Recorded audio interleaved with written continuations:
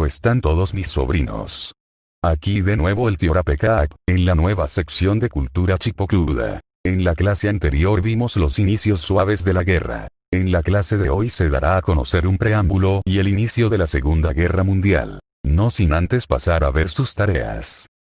Por lo visto, ninguno la hizo. El único que tiene estrella por presencia es Mustang GT, pero por incumplimiento se rebajará media estrella.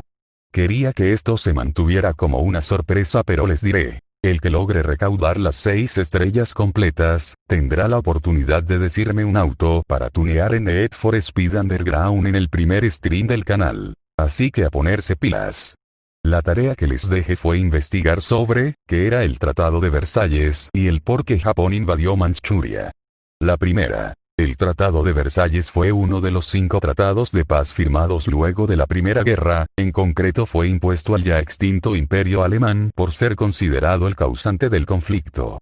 El segundo. Japón custodiaba las líneas del ferrocarril y el país acusó a los chinos de hacer volar las líneas del tren, aunque algunos decían que era un sabotaje del mismo Japón, el incidente fue la excusa perfecta para provocar un conflicto armado.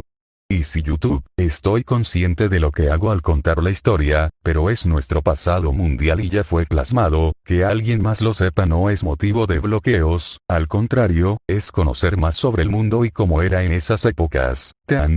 No pienso discutir que tengo trabajo que hacer. Ok, antes de empezar con la clase, veamos el resumen de la clase pasada en una línea de tiempo.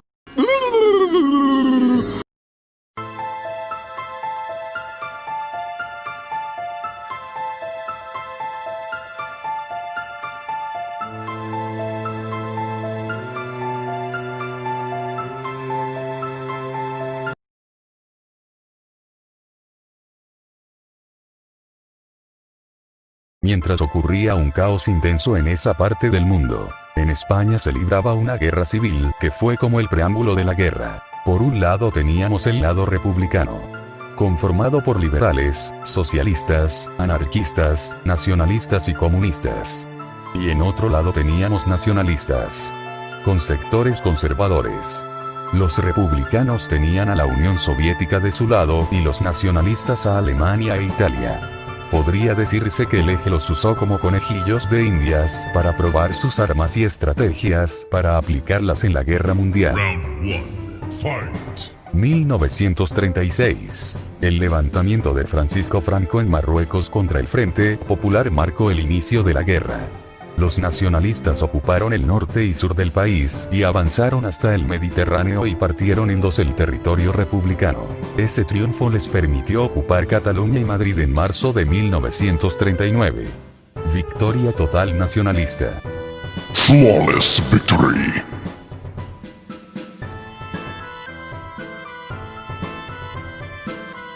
La guerra había empezado, y el primero en mover sus fichas fue el bigote de pincel aplastado, el 1 de septiembre de 1939. Hablando del bigotón, él y toda su mancha fueron a invadir a los polacos, los cuales no contaban con la astucia de los alemanes, quienes en el pacto germano-soviético acordaron la invasión de dicho país y se lo repartían. La invasión dio un inicio formal a los madrazos mundiales parte 2. 2 días después, Gran Bretaña y Francia dijeron: ¡Ya no puedo seguir viendo eso! Y le declararon la guerra a Alemania. Pero estos últimos no se inmutaron a la declaración y con sus hacks militares denominados Blitzkrieg, básicamente fregaron el piso con Polonia en menos de 4 semanas. La carta victoriosa alemana consistía básicamente en el uso combinado de divisiones acorazadas y mecanizadas, o sea unidades de tanques Panzer e infantería motorizada. En la aviación destacaron los Stuka, y además tenían un sistema de radiotelegrafía increíblemente rápido. Todos marchaban con la orden: marchamos separados, combatimos juntos.